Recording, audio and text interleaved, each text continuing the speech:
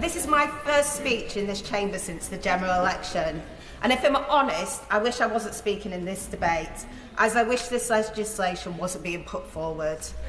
I haven't always been opposed to assisted dying. Indeed, in 2015, I voted in favour of the bill put forward by Rob Morris MP at the time. But that was before I served as Shadow Minister for Disabled People for 4 years. During that time, I spoke to hundreds of disabled people and the organisations which support them. They were, and remain, extremely fearful of assisted dying. I took on the role at the start of the COVID pandemic. Disabled people were disproportionately affected by the pandemic. Nearly 6 in every 10 people who died were disabled. Many had do not resuscitate notices unilaterally placed on their medical records. This was done without them being informed. It made them fear for their lives. It made them fear that the authorities thought that their lives were worth less. It also made them fearful of what would happen if assisted dying was brought forward.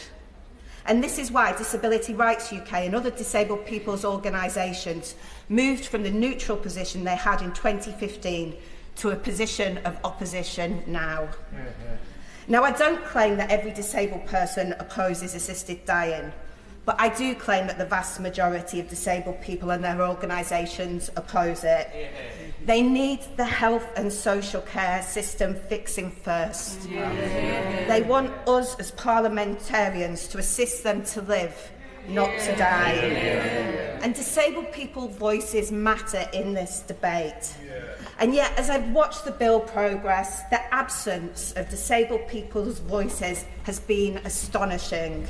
They have wanted to engage.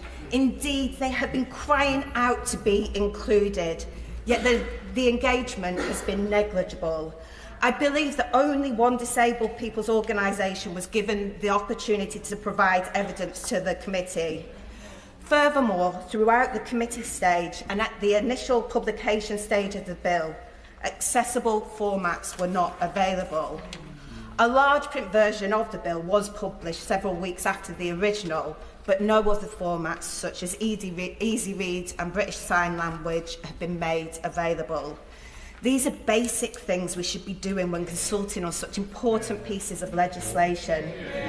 Making it accessible so everyone's voices and views can be heard. And many of those expected to deliver this legislation also don't want it. They believe it could destroy the doctor-patient relationship. The experts have all been clear.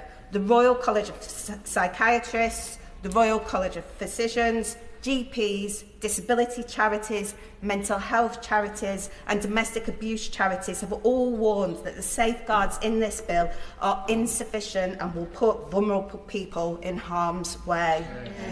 So I will finish my comments by saying I'm not opposed to the principle of assisted dying, but until we have a system that supports the right to life, I cannot support it. Until we ensure all safeguards are in place, I cannot support it.